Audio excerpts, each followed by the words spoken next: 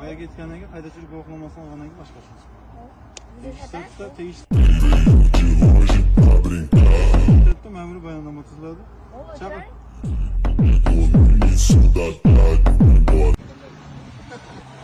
Mana sentra katta bolalarni mashina kichkina bolalar boshqarib boshladimi shunda? Shundaymi? Katta bolalar mashina kichkina bolalar haydab ko'rgan-ku, to'g'rimi? Bo'ldi, katta bolalar haydab trenddan tushirding-da buni. Kichkina bolalar haydaydi endi. Nereye var? Az gelelim. Ha? Aytan az gelelim.